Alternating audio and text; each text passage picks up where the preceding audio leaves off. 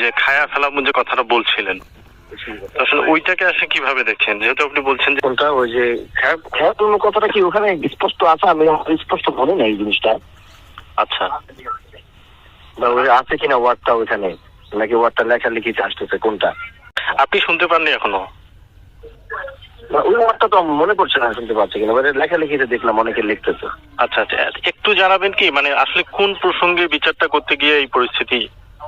এটা ওই যে দুই পক্ষ মারামারি, একটা মারামারি বিষয় ছিল এটা।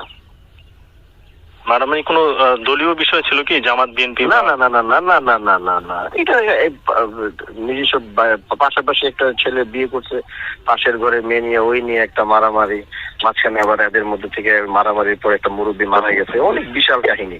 এরা আমাদের ছাড়া এটা মানবেই না, এটা করবেই না। কারোর উপরে তাদের আস্থা ভরসা নাই, বিশ্বাস নাই। আমি অনেক আগে থেকে বিচার করে আসি, আমার বিচার ব্যবস্থা খুবই স্ট্রং। তো আচ্ছা, তো আমি এখানে কোনো অন্যায় অবিচার দুর্নীতি আমি সহ্য করি। এই জন্য ওরা গরিব মানুষ অনেক কিছু না, আপনার ছাড়া মানবই না। প্রায় 15-20 দিন, অনেকদিন করছে। আমি তো করতে সংসদের কারণে পারি না, তারপরে গিয়েছি আর কি ওই বিচারে।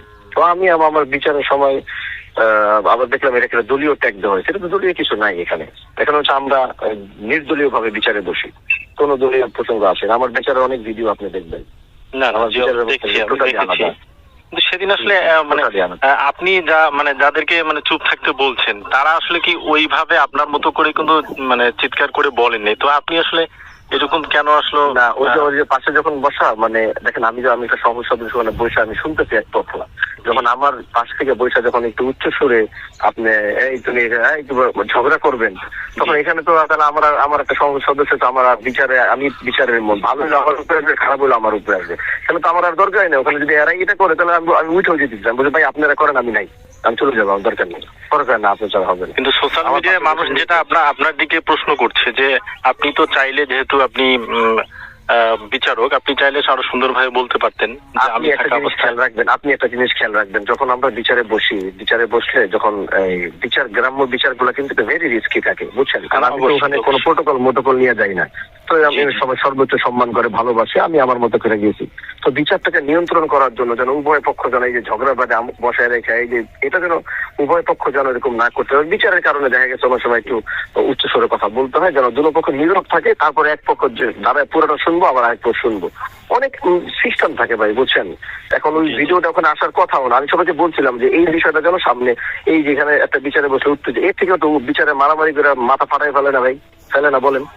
আমাদের বিচারে তো আর ওগুলো হয় না, হওয়ার কোনো সুযোগ নাই। তো আমি বলছিলাম এই ভিডিওটা তোমরা এই যে যদি কেউ কইরা থাকো, তাহলে এটা তোমরা এইভাবে সোশ্যাল মিডিয়া দিও না, মানুষের কাছে রং মেসেজ যাবে। অথচ ওইটা একটা সুষ্ঠু বিচার, সুন্দর সমাধানের বিচারে আরো 1.5 মাস আগে।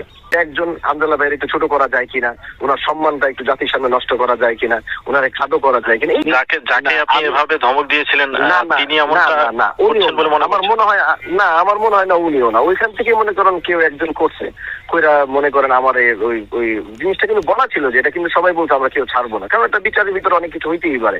এবং এই ফুল বিচারটা আবার আমার অন রেকর্ড আছে, আমার পেজে গেলে আপনি ফুল ভিডিওটা আপনি পাবেন, অনেকে দেখবেন।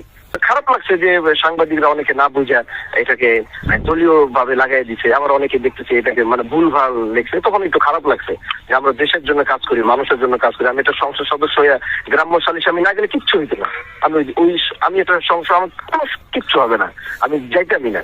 কেন গেছি? দুই পরিবার ভালো থাকুক, মীমাংস হোক, এটা আমি আটকে রাখলে উত্তেজিত একটা মার্ডারও হইতে পারে। গ্রামের অবস্থা তো আপনি জানেন। তারপরও কি আপনার কি মনে হয় হানজালা ভাই, তারপরও কি আপনার মনে হয় যে আপনার রাগান্বিত হওয়াটা আসলে একটু দৃষ্টিকটু ছিল কিনা? আমার রাগান্বিত হওয়াটা ওই মজমায় দরকার ছিল। আচ্ছা, কেন দরকার ছিল? যখন যদি আমি যদি সেখানে আমার যদি কণ্ঠ না থাকে, আমি যদি সেখানে কথা না বলতে পারি, সেখানে যদি আমি তাদেরকে ঘটনা দিই, তাহলে আমারে বসায় রেখে ওই তারা মনে করেন ঝগড়া করবে, তারা মনে করেন তাহলে আমার এত কষ্ট করে গিয়ে ওখানে নিয়ে যাওয়ার কারণটা কি ছিল? তাহলে আমি যেতাম না, আমার দরকার ছিল না।